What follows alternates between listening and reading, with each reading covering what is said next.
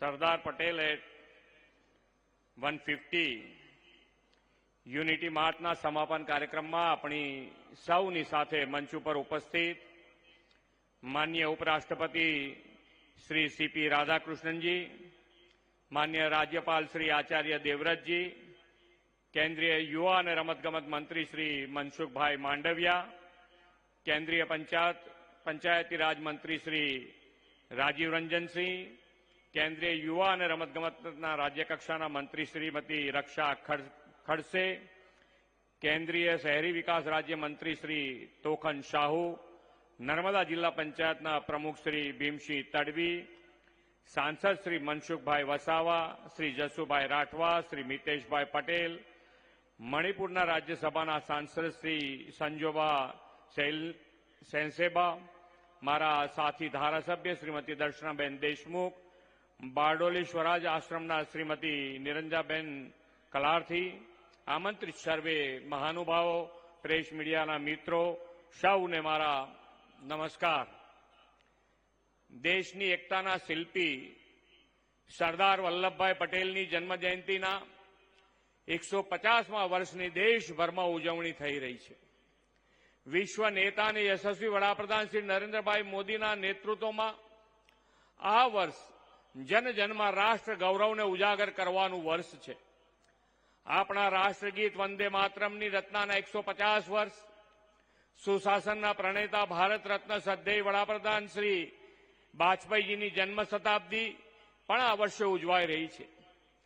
તેમની જ પ્રેરણાથી આદિજાતિના ભગવાન બિરસા મુંડાજીની 150મી જન્મજયંતિ રાષ્ટ્ર કક્ષાની ઉજવણી પણ થઈ હતી અને આજે સરદાર સાહેબના એકતાના વિચારને વિશ્વભરમાં પ્રસારિત કરવાનો આજનો આ અવસર છે. આપણા સંવિધાનના અંગીકરણના 75 વર્ષ પણ પૂર્ણ થયા છે. સંવિધાનના ઘડવૈયા ડોક્ટર બાબા સાહેબ આંબેડકરની આજે પુણ્યતિથિ મહાપરિનિર્વાણ દિવસ છે.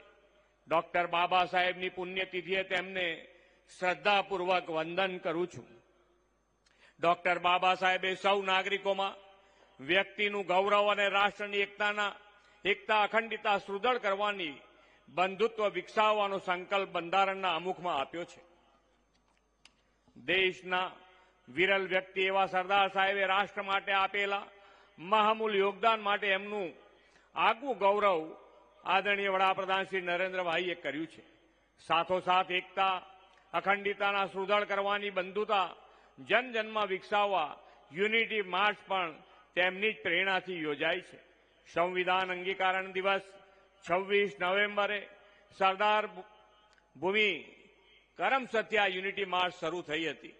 વિશ્વની સૌથી ઊંચી 182 મીટર સરદાર સાહેબની પ્રતિમાના સાનિધ્યમાં સંવિધાન નિર્માતા ડોક્ટર બાબા સાહેબ આંબેડકરના મહાપરિનિર્વાણ દિવસે આજે એકતા નગરમાં આ માર્ચનું સમાપન અવસર છે. વડાપ્રધાન શ્રી મોદી સાહેબે ડેમોગ્રાફિક ડિવિડન્ડ એવી યુવા શક્તિને વિકસિત ભારતના નિર્માણનો આધાર ગણાવી છે. દેશના રાજ્યોના અનેક જૈનજી યુવાનો માય ભારત પ્લેટફોર્મની વિકસિત ભારત ક્વિઝથી પસંદ થઈને આ યુનિટી માર્ચમાં કાયમી પદયાત્રી તરીકે જોડાયા હતા. યુનિટી માર્ચના રૂટમાં આવતા સ્થળોએ સરદાર સાહેબના જીવન દર્શનને સ્પર્શતા વિષયો પર ક્વિઝ, ચિત્ર સ્પર્ધા અને સરદાર ગાથાના માધ્યમથી કરોડો લોકો સરદાર સાહેબને વધુ નિકટથી જાણી શક્યા છે. કેન્દ્ર સરકારના મંત્રીશ્રીઓ, જુદા જુદા રાજ્યોના રાજ્યપાલશ્રીઓ, વરિષ્ઠ કેન્દ્રીય નેતાઓ આ માર્ચમાં જોડાઈને પદયાત્રીઓને ઉત્સાહ વધારો કર્યો છે. ચાલવું એ સામાન્ય બાબત છે. કોઈ પણ વ્યક્તિ ચાલી શકે. ઘરેથી નીકળો અને નક્કી કરી લો કે થાક્યા વગર જ્યાં સુધી ચાલવું હોય ત્યાં સુધી ચાલી શકાય. પરંતુ આપ સૌ માત્ર ચાલ્યા નથી, યાત્રા કરીને આવ્યા છો. યાત્રા શબ્દમાં સકારાત્મકતા રહેલી છે. આ પોઝિટિવિટી યાત્રા દરમિયાન સ્વચ્છતા અને એક પેડ માં કે નામ જેવા રાષ્ટ્રહિતના અભિયાનોને પણ વેગ આપવાની આપણી પ્રતિબદ્ધતા દર્શાવી છે. આપણા વડાપ્રધાન શ્રી નરેન્દ્રભાઈ મોદીજી સરદાર સાહેબે કંડારેલા માર્ગે આગળ વધીને એક ભારત શ્રેષ્ઠ ભારત, આત્મનિર્ભર ભારત બનાવવા માટે સમર્પિત છે. તેમના નેતૃત્વમાં પાછલો એક દેશની એકતા અને અખંડતા માટેનો અભૂતપૂર્વ કાલખંડ રહ્યો છે. કાશ્મીરમાંથી ધારા 370 દૂર થઈ અને સરદાર સાહેબનું એક ભારતનું સપનું આઝાદીના 75 વર્ષ બાદ પૂર્ણ થયું છે. આજે આપણી પાસે વિકાસનું વિઝન તથા પ્રગતિના લક્ષ્યાંકો અને આત્મનિર્ભરતાની રણનીતિ ધરાવતું મોદી સાહેબનું નેતૃત્વ છે. આપણે સૌએ યાત્રાની શરૂઆતમાં ભારતની આત્મનિર્ભરતા માટેના શપથ લીધા. આ શપથ હવે આપણે જીવન મંત્ર બની રહેવો જોઈએ. સરદાર સાહેબે કહેતા હતા કે મારા માટે દેશ પ્રથમ છે, પછી દેશવાસીઓ અને અંતે હું. આદરણીય વડાપ્રધાન શ્રી પણ રાષ્ટ્રહિત સર્વોપરીના ધ્યેયથી દેશ સેવામાં લીન છે.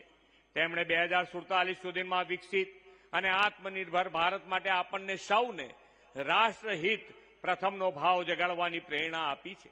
આપણે સૌ એક ભારત શ્રેષ્ઠ ભારતના મંત્ર સાકાર કરી આ યુનિટી માર્ચમાં જોડાયા હતા. હવે આપણે સૌ વિકસિત 2047 અને આત્મનિર્ભર ભારતનો સંકલ્પ સાકાર કરવા સદા સર્વદા કર્તવ્યરત રહીશું એવા વિશ્વાસ સાથે વિરમું છું. ભારત માતા કી જય. વંદે માતરમ. જય જય ગરવી ગુજરાત.